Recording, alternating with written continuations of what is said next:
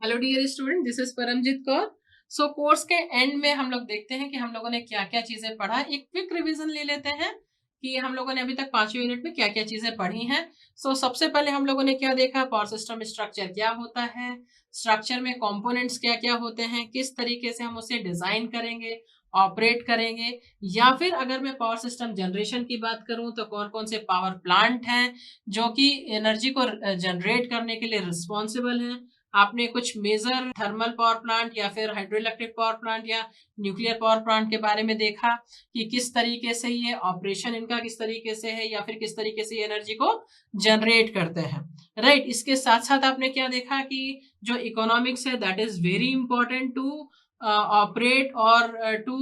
Perform any type of electrical power system network. After that जब हम transmission system की जब हम लोगों ने बात किया तो ट्रांसमिशन लाइन पैरामीटर्स पे हम लोगों ने फोकस किया कि ट्रांसमिशन लाइन पैरामीटर्स आपके रेजिस्टेंस है, इंडक्टेंस है, कैपेसिटेंस है, उनको किस तरीके से कैलकुलेट करेंगे, कौन से सिस्टम आपके होते हैं, कितने तरीके के आपके सिस्टम में ट्रांसमिशन लाइन को कैटेगराइज किया गया है, मीन सिंगल फेज लाइन और थ्री फेज लाइन में। अब सिंगल फेज और थ्री फेज लाइन के अलग अलग बिहेवियर आपने देखा, अलग अलग आपने कैलकुलेशंस देखे। ओवरहेड ट्रांसमिशन लाइन और अंडरग्राउंड ट्रांसमिशन लाइन में क्या क्या डिफरेंस है, कौन सा ट्रांसमिशन लाइन कहाँ पर यूज होता है, किसका क्या नेचर है, किसकी क्या कैरेक्टरिस्टिक है, ये सारी चीजें आपने यूनिट 2 में आपने इन सारी चीजों को पढ़ा।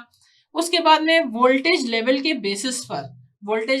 बेसिस पर आपका जो ट्रांसमिशन लाइन है उसको कितने तरीके से डिवाइड किया गया है, क्या परफॉर्मेंस है, पावर फ्लो किस तरीके से होगा, एक्टिव रिएक्टिव पावर फ्लो की हम लोगों ने बात किया, और क्या परफॉर्मेंस होगा ट्रांसमिशन लाइन का ओवरऑल, हम लोगों ने इन सब चीजों के बारे में बात किया। उसके बाद में अगर मैं ट्रांसमिशन लाइन की ही बात करूं तो ट्रांसमिशन लाइन को प्रोटेक्ट करने के लिए, सेव करने के लिए किन ऑपरेटर्स की हमें जरूरत है, लाइक इंसुलेटर्स के बारे में हम लोगों ने देखा कि कितने टाइप के इंसुलेटर हैं, क्या परफॉर्मेंस है, क्या उसकी कैरेक्टरिस्टिक होगी, कौन सा इंसुलेटर कहां पर यूज होता है। तो इस तरीके से हम लोग ने इंसुलेटर के बारे में देखा, डिफरेंट टावर्स, पोल्स, कौन सा टावर या कौन सा पोल हमारा कहां पर यूज होता है, किसका क्या सिग्निफिकेंस है, इन सब चीजों के बारे में हम लोगों ने यूनिट 4 में भी देखा।